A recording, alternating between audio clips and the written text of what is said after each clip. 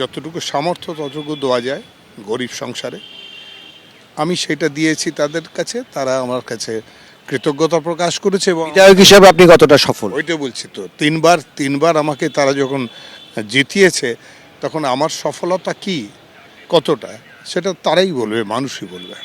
আমি কি পেরেছি? বিধানসভাকে কি বিদায় জানাচ্ছেন? না না, আমি বিদায় জানানোর কে? আমি কেউ নয়, সব করবেন আমাদের সর্বনেত্রী, ওপরে যিনি আছেন তিনি ঠিক করবেন। আবার দাঁড়াতে চান? আমি দাঁড়াতে বেসিক্যালি চাই না, কারণ আমার বয়সের জন্য। I am too old for this. আমার মনে হচ্ছে যে পরিশ্রমটা করার প্রয়োজন সেটা আমার নিজের অক্ষমতা আমি পারি না করতে। সেটার জন্য আমি ওনাকে বলেছিলাম যে 3 বছর মানে 3টে টার্ম হয়ে গেছে, এবার ছেড়ে দিলাম, এই আর কি। তো তিনি কিছু বলেননি, বলেছে পরে বলবো। তো দেখা যাক কি বলেন তিনি, তার উপর ডিপেন্ড করবে কি হবে। টিকিট না পেলে এবার কি তাহলে নির্দলে লড়াই? পার্থ চট্টোপাধ্যায়ের ইঙ্গিতে তৃণমূলকে কোন বার্তা?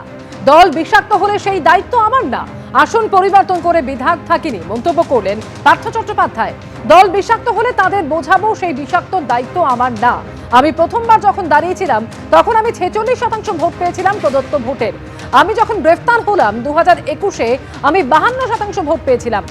আমার দল কিন্তু 52% ভোট পায়নি। আমি তো দলের অবস্থান জানি না। কি বলেছেন পার্থ চট্টোপাধ্যায়, শুনুন। দল বিষাক্ত হলে তাদের বোঝাবো সেই বিষাক্তর দায়িত্ব আমার না। আমি প্রথমবার যখন দাঁড়িয়েছিলাম তখন আমি 46% ভোট পেয়েছিলাম প্রদত্ত ভোটের। আর আমি যখন অ্যারেস্ট হলাম 2021-এ আমি 52% ভোট পেয়েছিলাম। আমার দল কিন্তু 52% ভোট পায়নি, কিন্তু দলের প্রাপ্ত ভোট সব জায়গা মিলিয়ে তার থেকে তো আমার ভোটের পার্সেন্টেজ অনেক উপরে ছিল। আমি তো দলের অবস্থান জানি না, যেটা আপনি জানেন। ঝাঁকে ঝাঁকে লোক আসছে, পাতা দাঁড়ালেও আপনি জিতবেন এইসব। 2021-এ যখন আমি দাঁড়িয়েছিলাম তখন 4র্থ লিস্টে আমার নাম ছিল। 25 বছর একই জায়গায় থাকে, আমি তো কোনো স্থান পরিবর্তন করে 25 বছর বিধায়ক থাকিনি। আমি 25 বছর একই জায়গায় থেকে বিধায়ক হয়েছি। অনেক পদ নিয়ে থাকতে পারে। আমার কাছে মনে হচ্ছে যে যদি হারি তাহলে বেহালার মানুষই আমায় হারাক।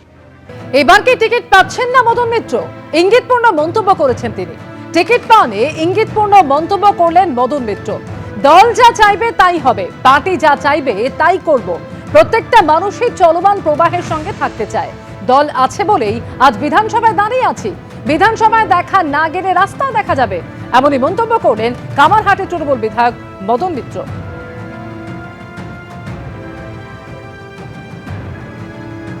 বিধানসভায় ফের আসলেও খবর, না আসলেও খবর, তাই তো? সেটা আমি কি করে বলবো? সবটাই পার্টির ওপর ডিপেন্ড করে। পার্টি যা চাইবে তাই হবে। আপনি কি চাইছেন? আমি চাইছি পার্টি যা বলবে সেটা করতে। সেখানে আমি চাইবো যে আমার দল খুব সুন্দরভাবে আসুক, এবং আর প্রত্যেকটা মানুষই চলমান প্রবাহের সঙ্গে থাকতে চায়। 1 নম্বর হচ্ছে যে আপনি যদি টিকিট পান তাহলে আপনার চলমান প্রবাহে থাকতে পারবেন কিনা তা চূড়ান্ত হবে। আর দ্বিতীয় বিষয় যে টিকিট পেয়ে যদি জেতেন তাহলেও চলমান প্রবাহের উপর নির্ভর করবে। এই দুটোর বিষয় আপনি কোনটার ব্যাপারে কতখানি আশাবাদী? অ্যাকচুয়ালি এত যদির ওপরে আমি খুব একটা পলিটিক্স করি না। আমি খুব স্ট্রেট পলিটিক্স করি। I am a very small man, এবং মমতা বন্দ্যোপাধ্যায়ের মতো একজন এত বড় নেত্রী, তিনি করুণা করে দয়া করে আমাদের মতো লোকেদের রেখেছেন, দলে মন্ত্রী করেছেন, এটাই যথেষ্ট। দল আছে বলেই তো আমি আজকে বিধানসভায় দাঁড়িয়ে আছি। দল না থাকলে কি এই দল এই যে বিধানসভায় দাঁড়িয়ে আছি এর পেছনে যার প্রশ্রয়, আশ্রয়, বিশ্বাস বা সমর্থন রয়েছে। মদন মিত্র ফের বিধানসভায় আসলে আপনাকে ঘিরে যে মানুষের উচ্ছ্বাস আমরা দেখেছি, বিরোধী দলের বিধায়কদের উচ্ছ্বাস অবশ্যই আবার দেখা যাবে। কিন্তু মদন মিত্র ফের যদি বিধানসভায় আর না আসেন সেক্ষেত্রে তাহলে রাস্তায় দেখা হবে। বিধানসভার বাইরেও তো একটা রাস্তা আছে, একটা রাস্তা বিধানসভায় যায়, একটা রাস্তা লোকসভায় যায়, একটা রাস্তা বার্নিংঘাটে যায়, একটা রাস্তা বাড়ির দিকে যায়, রাস্তা আছে। এবিপি আনন্দ, এগিয়ে থাকে, এগিয়ে রাখে।